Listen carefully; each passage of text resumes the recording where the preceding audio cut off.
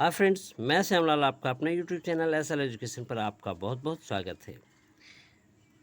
आज मैं आपको बताने जा रहा हूँ 9th एंड 10th स्टैंडर्ड के लिए फिजिक्स सब्जेक्ट फिजिक्स से इम्पॉर्टेंट लेसन, जिसमें हम पढ़ेंगे what is the difference between speed and velocity. चाल और वेग में क्या अंतर है। तो मेरा प्रश्न है कि चाल वेग में अंतर स्पष्ट करें।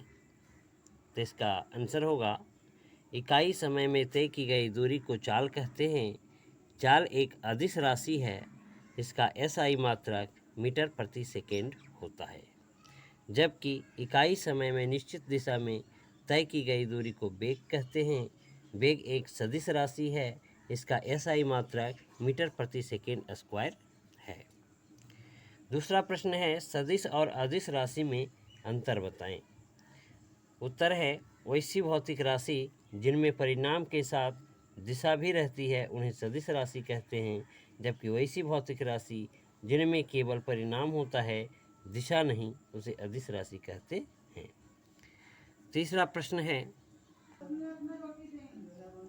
दूरी और विस्थापन में अंतर स्पष्ट करें। उत्तर है, किसी दिए गए समय अंतराल में वस्तु द्वारा तय की गए मार्ग की लंबाई को दूरी कहते हैं। यह एक अदिश राशि है, यह सदैव धनात्मक होता है, जबकि एक निश्चित दिशा में दो बिंदुओं के बीच की लंबवत दूरी को विस्थापन कहते हैं। यह सदिश राशि है, इसका एसआई मात्रक मीटर होता है। प्रश्न है, न्यूटन के गति नियम पर प्रकाश डालें।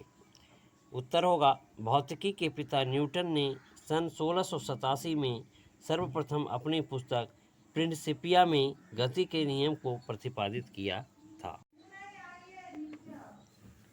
न्यूटन का प्रथम गति नियम, यदि कोई वस्तु विराम अवस्था में है तो वह विराम अवस्था में रहेगी, या यदि वह एक समान चाल से सीधी रेखा में चल रही है तो ऐसी ही चलती रहेगी जब तक कि उस पर कोई बाह्य बल लगातार उसकी वर्तमान अवस्था में परिवर्तन न कर दे।